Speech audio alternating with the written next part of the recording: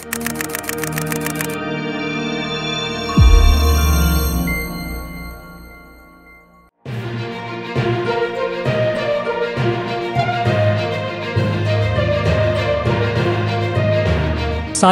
यमराजाकडून आपल्या पतीचे म्हणजे सत्यवानाचे प्राण परत आणले, म्हणून दरवर्षी ज्येष्ठ पौर्णिमेला वटपौर्णिमा सण साजरा केला जातो।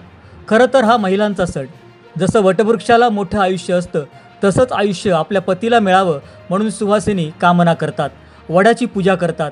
पण स्त्री आणि पुरुष ही संसार रथाची दोन चाकं आहेत, म्हणून जसं एखादी स्त्री आपल्या पतीसाठी दीर्घायुष्याची कामना करते तसं मग पुरुषांनी आपल्या पत्नीसाठी का करू नये असा विचार करून कुडाळमध्ये बॅरिस्टर नाथपै शिक्षण संस्थेचे चेअरमन उमेश गाळवणकर, डॉक्टर संजय निगोडकर आणि मित्रमंडळी गेली 15 वर्ष आपल्या पत्नीसाठी वटपौर्णिमा व्रत साजरं करत आहेत।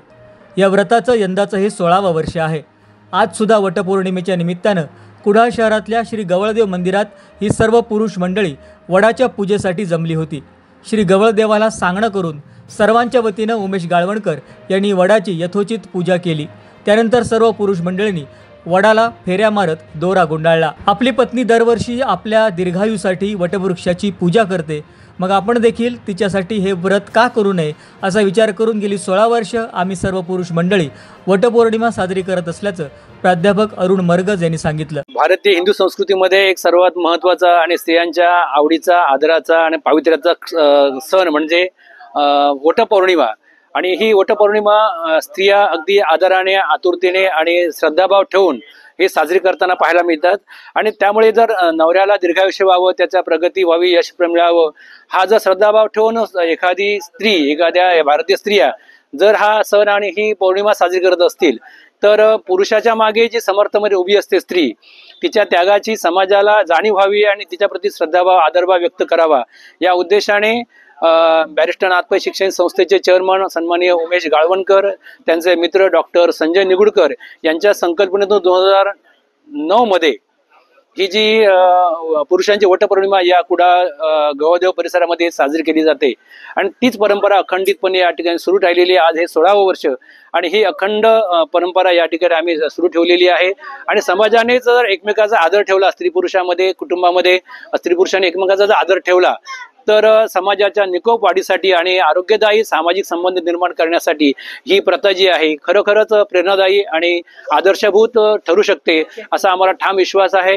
आता बऱ्याच पद्धतीने लोक या संकल्पनेमध्ये सहभागी झालेली आहेत आणि या उपक्रमामध्ये सहभागी झालेली आहेत। अशाच पद्धतीने समाजाच्या विविध घटकांनी एकमेकांचा आदर ठेवून स्त्री पुरुषांनी अशा पद्धतीने सण साजरे केले तर खऱ्या अर्थाने ह्या ज्या सांस्कृतिक संदर्भ असलेल्या या सणांना अर्थ आहे आणि त्यातूनच एक चांगला उज्ज्वल आणि निकोप आपला समाज आणि संस्कृती जगाला आदर्शभूत दिसू शकते अशा या मागची भावना आहे। आणि त्या अनुषंगाने हा चांगला उपक्रम म्हणता येईल आणि याचा इतरांनी आधार घ्यावा, मागोवा घ्यावा अशी आमची अपेक्षा आहे।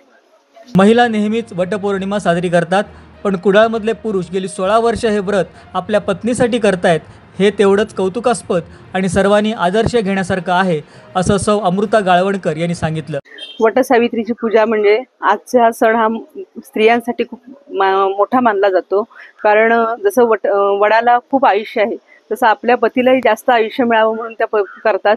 त्याचप्रमाणे आज कुडाळमध्ये सगळे जे पुरुष मंडळी करतात, आज 15-16 वर्ष झालेली आहेत या गोष्टीला, आणि त्याच्यातून त्यांच्या भावना, स्त्रीप्रतीच्या भावना आहेत, त्यांना चांगलं आयुष्य, त्यांना दीर्घायुष्य लाभू दे, त्यांना जे काम करतात त्याच्यात त्यांना जास्त यश मिळू दे यासाठी हे जे पुरुष दरवर्षी न चुकता ही जी वटपौर्णिमा करतात त्यासाठी आम्हाला खरोखर त्यांचा आदर वाटतो।